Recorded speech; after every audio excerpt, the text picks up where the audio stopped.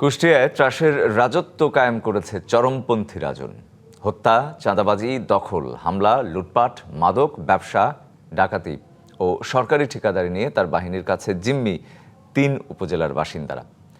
ভুক্তভোগীরা একাধিকবার থানায় অভিযোগ জানালেও অদৃশ্য কারণে নির্বিকার পুলিশ। ফলে রাজন আতঙ্কে দিন কাটাচ্ছেন স্থানীয়রা। গুলির এই ঘটনাটি ঘটেছে ৩রা জুলাই কুষ্টিয়ার কুমারখালীতে। একজন ব্যবসায়ীর বাড়ি লক্ষ্য করে রাতে গুলি করেছে সন্ত্রাসীরা। গুলির পেছনের কারিগর চরমপন্থী সন্ত্রাসী রাজন ও অনুসারীরা। কুষ্টিয়ার কুমারখালী ও খোকসায় এসব এখন নিত্যদিনের ঘটনা।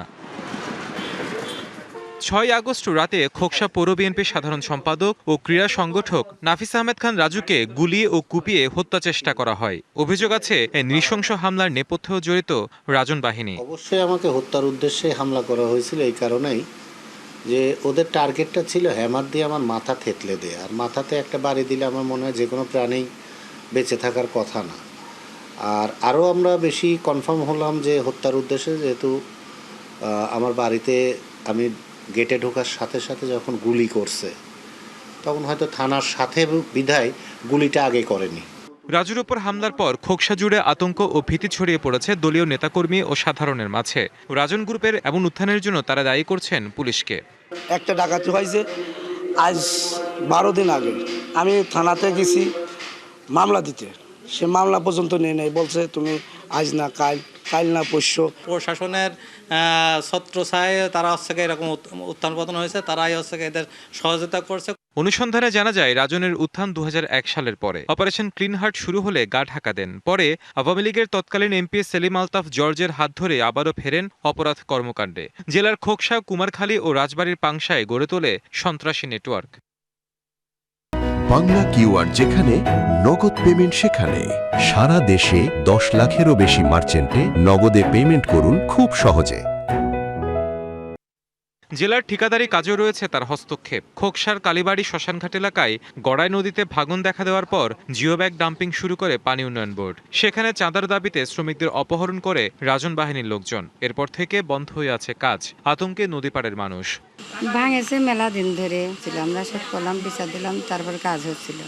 সন্ত্রাসীরা তাদের উৎপাত করেছিল, উৎপাত করার পরে তারা জানের ভয়তে বস্তা নিয়ে চলে গেছে। রাজন বলে কি তোমরা এখানে কাজ করতে আসে, তুই এখানে কাজ করতে কার কাজ শুনি, তো কিরা কাজ দিয়েছে? ভাই এই কাজগুলো তো আমিই করি, এখন আইছি আপনি যা ভালো হয় তাই করেন। তো বললো যে কাজ বন্ধ রাখেন। আমি কোনো কাজ বন্ধ রাখবো, আছে এই কয়টা বস্তা বন্ধ রাখবো, আপনি কন্ট্রাক্টরের সাথে কথা বলেন। তো উনি তারপরে কয়ে আমি পরের দিন আবার কাজে গেছি, আমাকে আর কিছু না বলছিলি, ও আমার নৌকার লোক আটকা ফেলা দিয়েছে। সরকারি কাজ নিয়ন্ত্রণের পাশাপাশি দোকানপাট দখলের অভিযোগও আছে রাজনের বিরুদ্ধে। এমন ভুক্তভোগীর একজন দিলীপ সেন, যার 4টি দোকান দখল করে নিয়েছে রাজন বাহিনী। ভাই এই যে লেবার আমার এই যে এগুলো পাঠাইছে, যেগুলো পরিষ্কার করে দোকানটা এই যে ফরাদ ভাই। ভুক্তভোগীর পরিবার থানায় রাজনের নামে মামলা করার পরও নিরাপত্তাহীনতায় ভুগতে হয়। ওই যে মামলা আছেই তো এখন। কার নামে করছিল মামলাটা? কারো নামে নাকি নাম দেওয়া হয়েছিল? রাজন ছিল কেন ভিতরে? ছিল, মামলার নাম ছিল তাদের। এদিকে দোকান দখলের বিষয়টি স্বীকার করেন রাজনের সহযোগী অভিযুক্ত ফরহাদ। আমি তো ভাড়া নিচ্ছি, আমার আবার দলিল ডকুমেন্ট আসছে, দোকান ভাড়া ডকুমেন্ট থাকে নাকি ভাই? রাজন মানে কি ওই যে সন্ত্রাসী রাজন উনি নাকি এটা? হ্যাঁ, আমি তো ডাক্তারের ছেলে রাজন। আপনাদের ভাষায় কি বলে সেটা আপনারাই জানেন। এত ঘটনার বাইরে সম্প্রতি খোকসায় ঘটে যাওয়া 2টি হত্যাকাণ্ড ও অসংখ্য ডাকাতির সাথে রাজনের সরাসরি সম্পৃক্ততার অভিযোগ পাওয়া গেছে। এসব ব্যাপারে স্থানীয় থানা নির্বিকার হলেও শিগগিরই ব্যবস্থা নেওয়ার কথা জানিয়েছেন খুলনা রেঞ্জের ডিআইজি।